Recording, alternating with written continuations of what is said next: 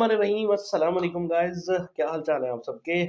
अच्छा, कल एक मैंने वीडियो अपलोड की थी जिसके अंदर जनाब आपको बताया गया था कि पाकिस्तान अगर डिफ़ॉल्ट कर जाता है तो हमें क्या-क्या चीज़ें खरीदनी चाहिए, क्या-क्या चीज़ें खरीद के रखनी चाहिए और किन चीज़ों से हमें परहेज़ करना चाहिए और मुल्क के साथ जो है वफ़ादारी का जो है वो सिला वो देना चाहिए या सबूत देना चाहिए। तो आज फिर जनाब इसी टॉपिक पे मैं वीडियो लेकर हाज़िर होने वाला हूँ, लेकिन कल की जो वीडियो थी उसमें काफ़ी सारे सवालात पैदा हो रहे थे और आप लोग कमेंट्स के अंदर बता रहे थे कि जी ऐसे होता है, ऐसे होता है और प्रॉपर्टी की जो वैल्यू है वो डीवैल्यू हो जाती है। एक-एक चीज़ जो है मज़ीद डिटेल के साथ आप लोगों को बताई जाएगी और उम्मीद है मुझे कि आप लोग ये वीडियो स्किप नहीं करेंगे क्योंकि इसके अंदर जो हमारे बताने वाले हैं, वो हमारे बहुत ही प्यारे चाहने वाले हर दिल अज़ीज़ जो हैं वो पर्सनैलिटी मौजूद हैं।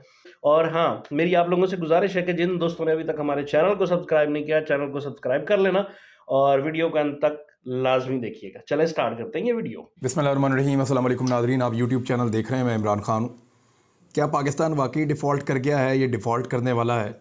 ये सबसे बड़ा सवाल है जो पाकिस्तान में बार बार लोग पूछ रहे हैं। ओए होए होए! इसकी तमाम इन्फॉर्मेशन हमने इकट्ठी की है और बिल्कुल आसान ज़ुबान में आपके सामने रख देंगे कि पाकिस्तान को इस वक्त किन हालात का सामना है और ये मुल्क क्या डिफ़ॉल्ट कर चुका है और जो माहिर मईशत कह रहे हैं उनकी बातों में कितनी सदाकत है। दोनों तरफ से मुख्तलिफ बयानात सामने आ रहे हैं, लेकिन जो एक्चुअल पिक्चर है, जो फैक्ट्स हैं, वो हम आपके सामने रखेंगे। लेकिन पहले आप ये समझें कि डिफ़ॉल्ट होता क्या है, कोई मुल्क कैसे डिफ़ॉल्ट कर सकता है या मुल्क दिवालिया कैसे होता है। किसी मुल्क के दिवालिया होने के बारे में जो मईशत के माहिरीन हैं, जो इकॉनमी को समझते हैं, उनका कहना है कि एक मुल्क जब अपने बैरूनी कर्जे की किस्तें और इस पर सूद की अदायगी ना कर सके तो इस मुल्क को दिवालिया करार दे दिया जाता है। यानी वो ना अपनी किस्तें अदा कर सक रहा, कर्जा नहीं उतार पा रहा और सूद की अदायगी भी नहीं कर पा रहा। और इसकी कुछ अलामात भी होती हैं, यानी ये पेमेंट्स रोक देते हैं। जो आपकी इंपोर्ट आप कर रहे होते हैं, दुनिया से चीज़ें मंगवा रहे होते हैं, उनकी पेमेंट्स आप रोक देते हैं। आपका मुल्क अदायगियाँ बंद कर देता है दूसरे मुल्कों को या कंपनीज़ को। तो ये इसकी अलामात होती हैं। एक मुल्क के दिवालिया होने के पहले जो अलामात ज़ाहिर होती हैं, इनमें सबसे बड़ी अलामत है कि किसी मुल्क के पास ज़र मुबादला के ज़खायर, यानी जो स्टेट बैंक ऑफ पाकिस्तान के पास जो पैसा पड़ा हुआ कौमी ख़जाने में जो है वो कम हो जाए और इनके मुकाबले में बैरूनी कर्ज़ों की कितनी किस्तें और उन पर सूद की कितनी अदायगी होनी है, ये चीज़ें देखने के बाद आपको पता चल जाता है कि ज़र मुबादला के ज़खायर कम हो रहे हैं, ख़सारा मुल्क का बढ़ता चला जा रहा है और जो किस्तें अदा करनी है वो अदा करने के मुल्क काबिल नहीं रहा। जब मुल्क के करंट अकाउंट का खसारा बहुत ज़्यादा बढ़ जाए और ज़र मुबादला के ज़खायर तेज़ी से कम हो और उसके मुकाबले में बैरूनी कर्ज़े की किस्तें और उन पर सूद की अदायगी एक मसला बन जाए, तो ये जाहिर करता है कि मुल्क दिवालिया होने की तरफ बहुत तेज़ी से बढ़ रहा है। जब कोई मुल्क दिवालिया होने वाला होता है या बहुत करीब पहुँच जाता है तो उसकी जानिब से बैनुल-अक़वामी मार्केट में कर्ज़े लेने के लिए जारी किए जाने वाले जो बॉन्ड्स हैं वो उनके ऊपर सूद बहुत ज़्यादा बढ़ जाता है, यानी उनको ज़्यादा सूद के ऊपर पैसा मिलता है फिर उस मुल्क को। यानी मुल्क को इन बॉन्ड्स में इन्वेस्टमेंट करने वालों को ज़्यादा मुनाफा देना पड़ता है सूद कीमत के अंदर और बैनुल-अक़वामी क्रेडिट रेटिंग एजेंसियों की जानिब से इस मुल्क की रेटिंग कम कर दी जाती है। यानी हारे हुए घोड़े पर कोई पैसा नहीं लगाता, हारा हुआ घोड़ा जो है उसके ऊपर लोग पैसा नहीं लगाते। मैं आसान आपको बता रहा हूँ। तो अगर लगाते हैं तो लोग उसके अंदर ज़्यादा मुनाफा चाहते हैं। यानी जो लोग सट्टा खेलते हैं या जुआ खेलते हैं, उनको पता है जो टीम कमज़ोर होती है, जो उस पर पैसा लगाकर जीत जाए वो ज़्यादा पैसा बना लेता है। तो इसी तरह जिस मुल्क की इकॉनमी डाउन जा रही होती है उसको जब बॉन्ड्स मिलते हैं तो उसके ऊपर ज़्यादा सूद होता है। वो जो लोग बॉन्ड खरीदते हैं उनको ज़्यादा मुनाफे की लालच दी जाती है, तब वो बिकते हैं मार्केट में। दिवालिया होने के असरात क्या होते हैं जब आप खुदा न खास्ता दिवालिया हो जाएँ? एक तो मैंने आपको बताया कि कैसे पता चलता है कि दिवालिया हो रहा है मुल्क। नंबर एक, उसके कर्जे बहुत ज़्यादा लगातार बढ़ रहे हैं, लेकिन उस मुल्क के अंदर कैपेसिटी लगातार कम हो रही है। उसके अपने ज़र मुबादला के ज़खायर कम हो रहे हैं, कर्जे बढ़ते चले जा रहे हैं। उसका जो खसारा है वो भी, नुकसान भी बढ़ता चला जा रहा है और वो मुल्क अब बैनुल-अक़वामी तौर पे ना कर्जे अदा कर पा रहा है, ना सूद अदा कर पा रहा है और उसके अलावा जो चीज़ें इंपोर्ट करता है बाहर से, उसके ऊपर जो पेमेंट्स करनी होती हैं वो भी वो मुल्क रोक देता है। मैं भी आपको बताता हूँ पाकिस्तान क्या कर रहा है। मनफी असरात ये होते हैं, अगर आप दिवालिया हो गए खुदा न खास्ता तो उसके असरात क्या पड़ेंगे, लोग ये सवाल पूछते हैं। इसका जवाब मैं आपको देने लगा हूं, जरा ध्यान से सुनिएगा। आलमी मंडी में मुल्क की क्रेडिट रेटिंग बहुत ज़्यादा कम हो जाती है, यानी दुनिया जो आपको उधार पे चीज़ें देती है क्रेडिट के ऊपर, वो देना बंद कर देती है, और आलमी इदारों और दूसरे ममालिक की जानिब से मज़ीद कर्ज़े की सहूलत भी नहीं मिलती।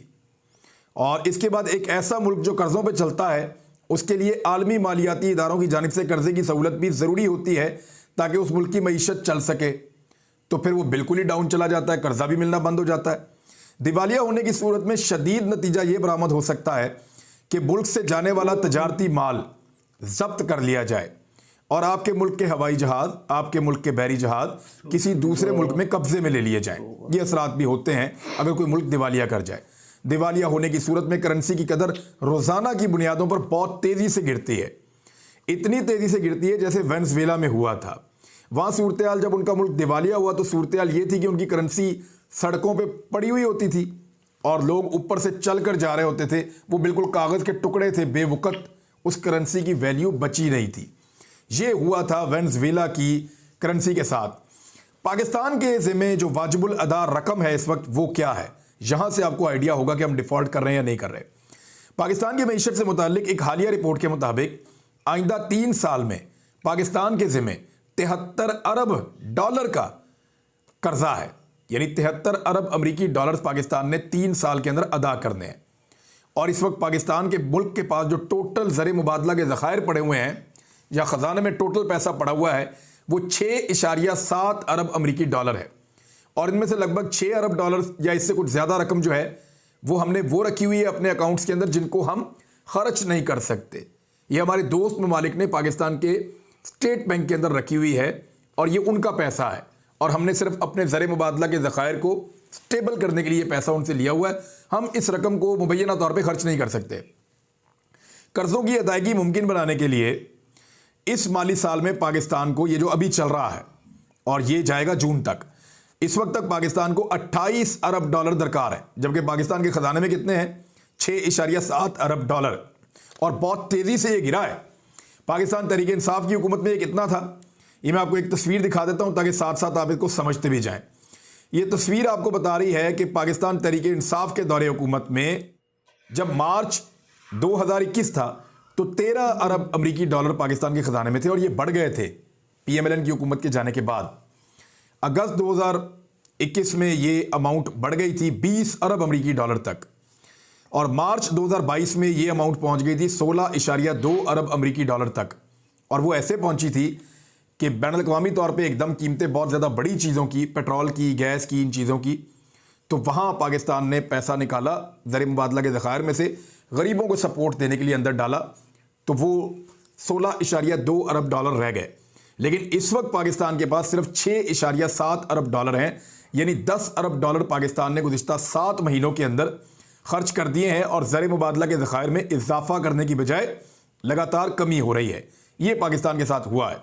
28 अरब डॉलर हमने देने हैं इस साल में, माली साल के अंदर, जिसके चंद महीने गुजर गए हैं और बाकी जो महीने रह गए हैं, एक ये दिसंबर का और 6 महीने अगले 6 महीने के अंदर पाकिस्तान ने 28 अरब डॉलर देने हैं कर्जे के, और ये रकम बढ़ के अगले साल 32 और उससे अगले साल जो है 29 अरब डॉलर हो जाएगी।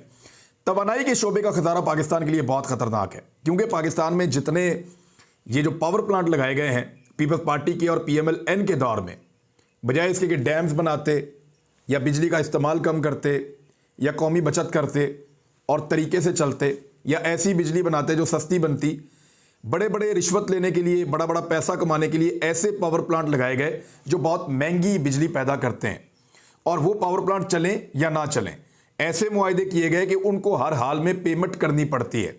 तो वो पाकिस्तान इस मामले को हल नहीं कर सका और पीपल्स पार्टी और PMLN के दौर में लगे हुए ये मंसूबे पाकिस्तान को इतना महंगा पड़ रहे हैं कि गर्दिशी कर्जे इसके ऊपर, क्योंकि बिल जो लोग देते हैं उससे ये पैसा पूरा होता ही नहीं है। बिजली बनती महंगी है, बिकती सस्ती है, और अब तक लगातार पाकिस्तान इसमें खसारे में जा रहा है। और ये जो गर्दिशी कर्जा बन जाता है इसमें, वो 2500 अरब रुपए से तजावज़ कर चुका है। अगर पाकिस्तान की मईशत को डबोने के लिए सिर्फ ये अकेला शोबा ही काफ़ी है। इसमें भी मेहरबानी पीपल्स पार्टी और PMLN के तजर्बाकारों ने पाकिस्तान के ऊपर की थी। अच्छा, तवानाई के शोबे में हिकमत अमली के साथ अगर पाकिस्तान काम ना कर सका और आगे इसको बेहतर ना कर सका तो पाकिस्तान डेफिनेटली खुदा न खास्ता डिफ़ॉल्ट कर जाएगा। पाकिस्तान को एक और बहरान है, पाकिस्तान की करेंसी लगातार डिस्टेबल है, वो स्टेबल नहीं हो रही और पाकिस्तान को उन मुल्कों के अंदर शामिल किया गया है जो इस वक्त करेंसी के ख़तरनाक बहरान से शामिल हैं, यानी टॉप 7 मुल्कों के अंदर पाकिस्तान शामिल है। और डॉक्टर हफीज़ पाशा ने कहा है कि इस रिपोर्ट के मुताबिक पाकिस्तान को जिन मुल्कों की फहरिस्त में रखा गया है, इससे पता चलता है कि पाकिस्तान की माशी हालात किस कदर ख़राब हो चुके हैं। पाकिस्तान की बार बार जो क्रेडिट रेटिंग है वो लगातार गिरती जा रही। आलमी इदारे हैं कुछ, वो आलमी सतह पे गाइड करते हैं कि इस मुल्क के साथ कितना कारोबार करना चाहिए और नहीं करना चाहिए। उसको देखकर लोग उस मुल्क को पैसा देते हैं या उसमें इन्वेस्ट करते हैं। मिसाल के तौर पे 2 जो बड़े इदारे हैं उनकी जो रिपोर्ट्स आती हैं या वो जो रिपोर्ट्स छाया करते हैं उनके मुताबिक फैसला होता है। मूडीज़ की एक रिपोर्ट होती है, एक फिच उनकी भी एक क्रेडिट रेटिंग होती है, वो पाकिस्तान को मज़ीद नीचे करते चले जा रहे हैं। पाकिस्तान ने इसको मुस्तरद कर दिया है सागडार साहब ने, लेकिन फिर भी मैं आपको वो बता देता हूँ खबर। उनकी नई रेटिंग के मुताबिक मूडीज़ ने खुद मुख्तार क्रेडिट रेटिंग के अंदर पाकिस्तान को B3 से कम करके CAA1 कर दिया है और ये बहुत ख़तरनाक है, अलार्मिंग है।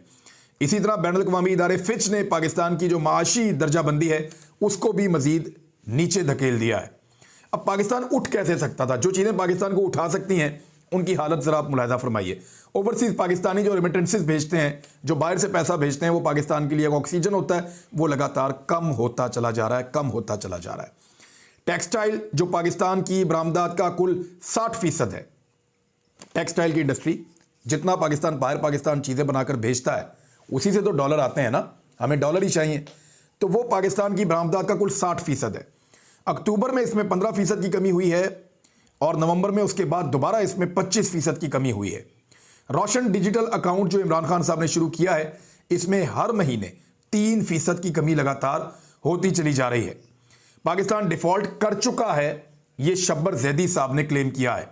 लेकिन इससे पहले मैं आपको कुछ चीज़ें बता देता हूँ।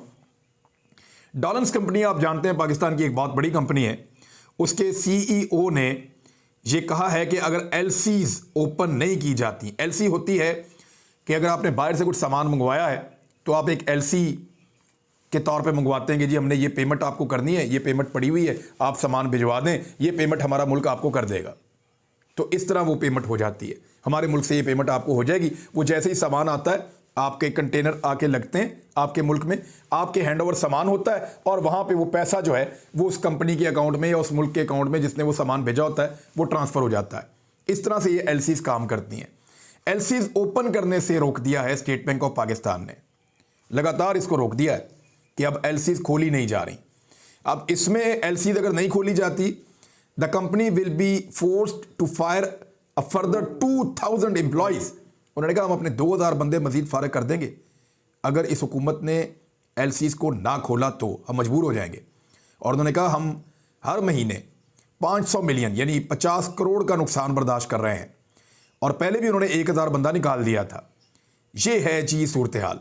इसके बाद एक और चीज़ मैं आपको बताता हूँ, पाकिस्तान के पास जो है वो 2014 के बाद से लेकर अब तक सबसे कम ज़र मुबादला के ज़खायर रह गए हैं और पाकिस्तान के पास बहुत थोड़ा सा टाइम रह गया अपनी पेमेंट्स करने के लिए। शौकत तरीन साबिक वज़ीर ख़ज़ाना क्या कह रहे हैं? The state bank reserve have dropped by almost 10 billion since VONC।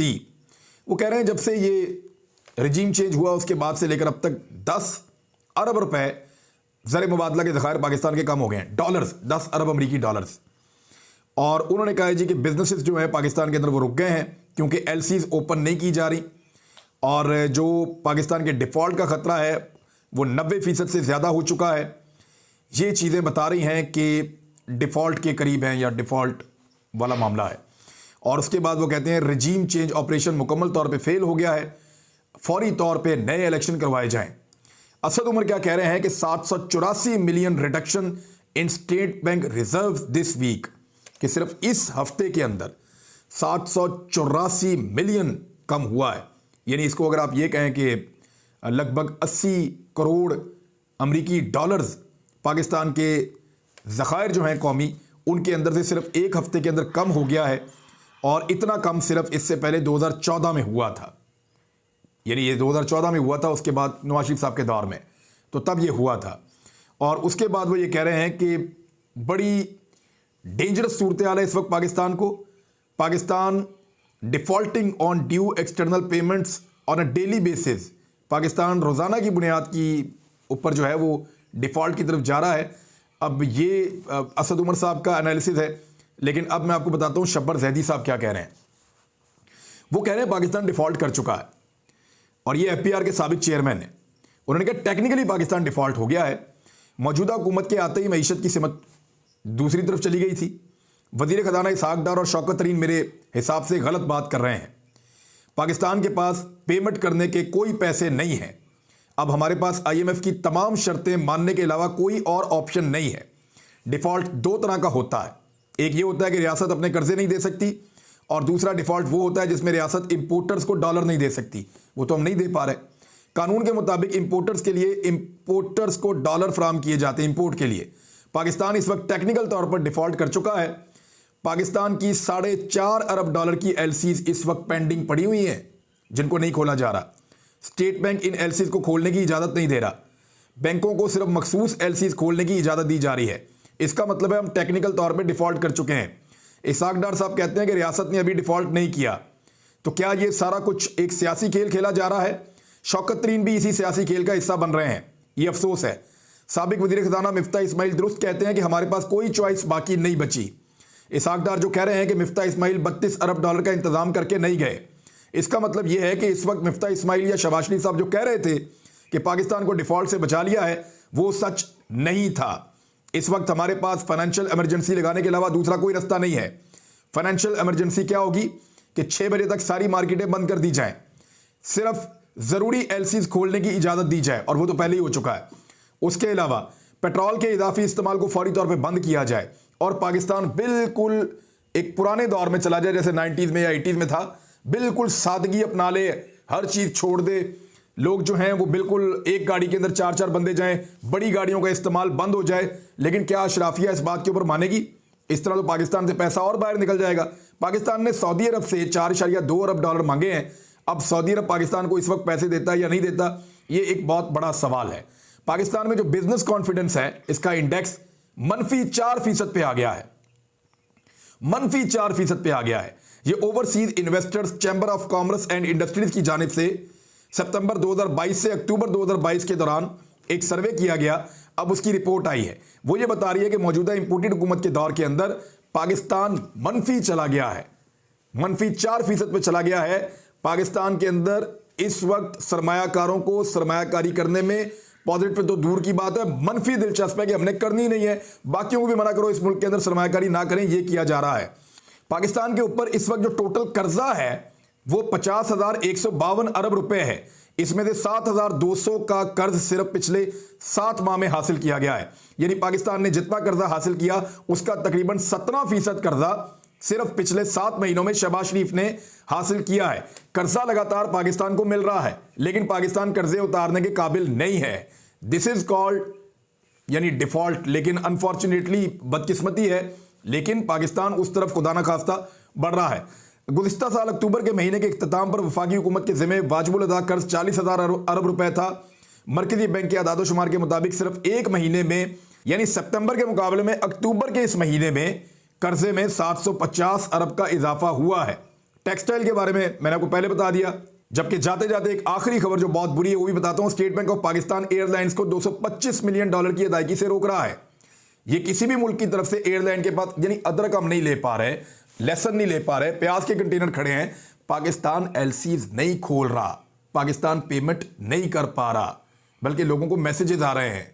Pakistan खुदा ना खास्ता टेक्निकली डिफॉल्ट हो गया, ये शब्बर जैदी साहब कह रहे हैं। सिचुएशन काफ़ी वर्स है, इसको संभालना है तो सबको मिलकर संभालना पड़ेगा।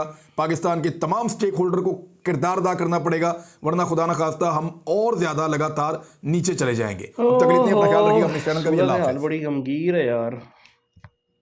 कल जो वीडियो डाली थी उसके अंदर तो सारी उन्होंने चीज़ें बताई थी जी, ज़मीन ले लो, प्रॉपर्टी ले लो, सोना ले लो, ये ले लो, वो ले लो। लेकिन इसके अंदर इस वीडियो के अंदर तो इन्होंने बताया है कि डिफ़ॉल्ट हो किस तरह रहा है और क्या क्या चीज़ें डिफ़ॉल्ट में जा रही हैं। अल्लाह माफ़ करे यार, बड़ी वर्स्ट कंडीशन है। तो वीडियो काफ़ी लंबी हो गई है। तो आप लोगों को कैसी लगी, कैसा लगा ये तज्ज़िया? मज़ीद इस तरह के और भी तज्ज़िये लेके मैं आप लोगों के साथ हाज़िर होता रहूँगा। असल में यार मेरी आज तबीयत बहुत ज़्यादा ख़राब, इस वजह से मुझे लाज़मी वीडियो डालनी पड़ी। बहुत ज़्यादा तबीयत ख़राब है, यकीन करें, बुखार हुआ हुआ है और मेरा गला जो है वो भी काफ़ी हद तक ख़राब हुआ हुआ है। खैर, इसी के साथ इजाज़त दीजिए, अपना बहुत सारा ख़्याल रखिएगा। अल्लाह हाफ़िज़।